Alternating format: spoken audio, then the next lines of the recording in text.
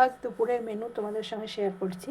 এই দেখো, প্রথমেই আছে এখানে গরম গরম ভাত। এই দেখো ধোঁয়া উঠছে এখনও, ঠিক আছে।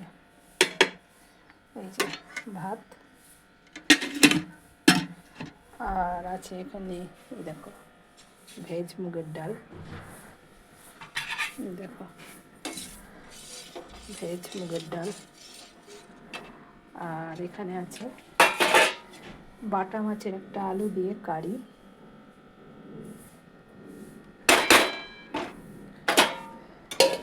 আর এই দেখো এখানে আছে এঁচোড় চিংড়ি,